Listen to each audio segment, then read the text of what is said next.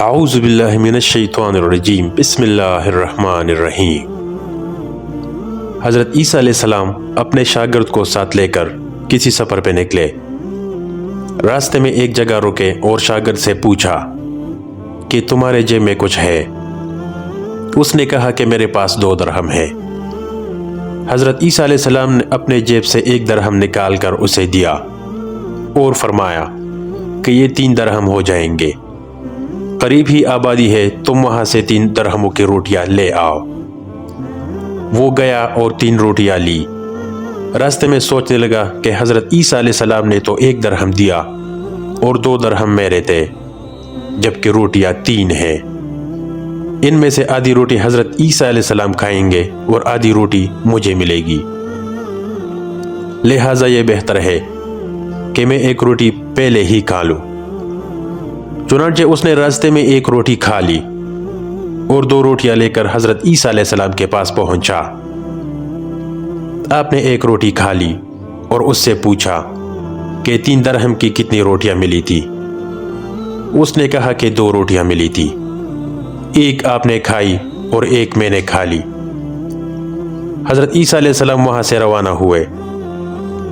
راستے میں ایک دریا آیا۔ شاگرد نے حیران ہو کر پوچھا کہ اے اللہ کے نبی، ہم دریا کیسے عبور کریں گے جبکہ یہاں تو کوئی کشتی بھی نظر نہیں آتی؟ حضرت عیسیٰ علیہ السلام نے فرمایا کہ گھبراؤ مت، میں آگے چلوں گا، تم میرا دامن پکڑ کر میرے پیچھے چلے آؤ، خدا نے چاہا تو ہم دریا کو عبور کر لیں گے۔ چنانچہ حضرت عیسیٰ علیہ السلام نے دریا میں قدم رکھا اور شاگرد نے بھی ان کا دامن تھام لیا۔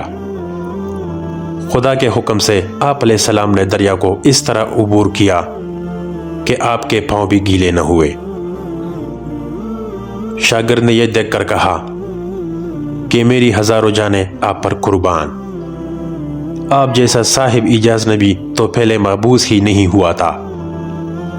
آپ نے فرمایا یہ معجزہ دیکھ کر تمہارے ایمان میں کچھ اضافہ ہوا؟ اس نے کہا کہ جی ہاں، میرا دل نور سے بھر گیا ہے۔ پھر آپ علیہ السلام نے فرمایا کہ اگر آپ کا دل نور سے بھر چکا ہو تو بتاؤ کہ روٹیاں کتنی تھی؟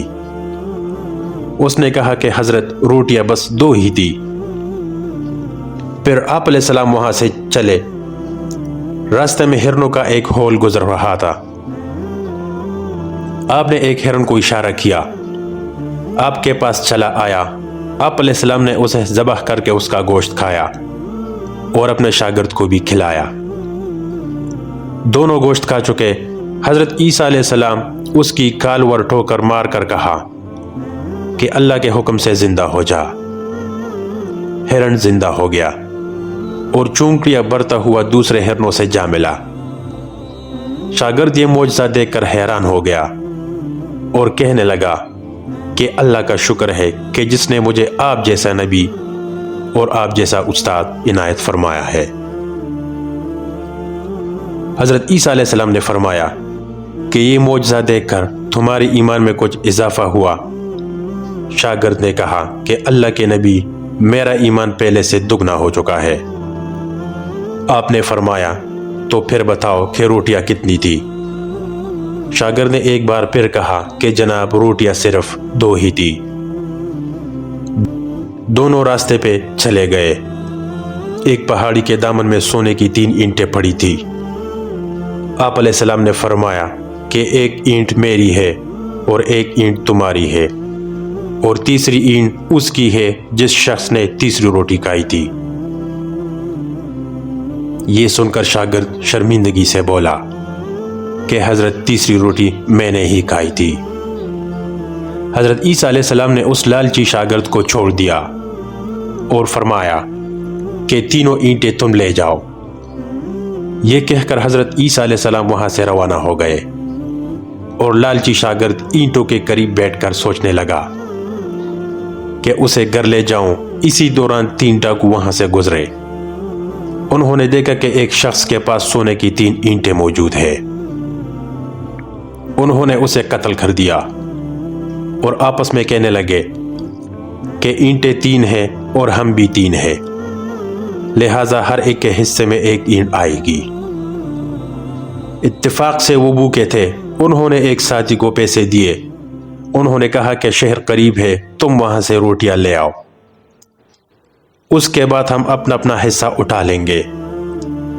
وہ شخص روٹیاں لینے گیا اور دل میں سوچنے لگا کہ اگر میں روٹیوں میں زہر ملا دوں تو دونوں ایک ساتھ مر جائیں گے اور تینوں اینٹیں میری ہو جائے گی۔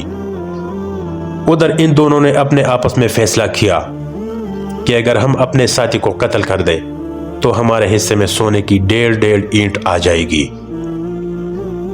چنانچہ جب ان کا تیسرا ساتھی زہر آلودہ روٹی لے کر آیا تو انہوں نے منصوبے کے مطابق انہیں قتل کر دیا، اور پھر جب ان دونوں نے زہر آلود روٹیاں کھائی تو وہ دونوں زہر کی وجہ سے مر گئے۔ واپسی پر حضرت عیسیٰ علیہ السلام وہاں سے گزرے تو دیکھا کہ اینٹیں وہاں پر ویسے کی ویسے پڑی ہے، جبکہ اس کے پاس 4 لاشیں پڑی ہوئی ہے۔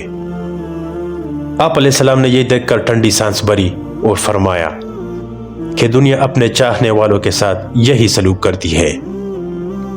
تو میرے پیارے بھائیوں اور دوستوں، دنیا کی چاہت کرنے والا، دنیا کو سب کچھ سمجھنے والا، بالآخر اس دنیا سے خالی ہاتھ چلا جاتا ہے۔ آپ جتنے مرضی پیسے کما لیں مگر آپ کو جانا خالی ہاتھ ہی ہوگا۔ ایک چیز آپ کی ساتھ جائے گی اور وہ ہے آپ کا اپنا نیک اعمال، جسے ہم دنیا میں نظر انداز کر رہے ہیں۔ اللہ تعالی ہم سب کو سمجھنے اور نیک اعمال کرنے کی توفیق عطا فرمائے۔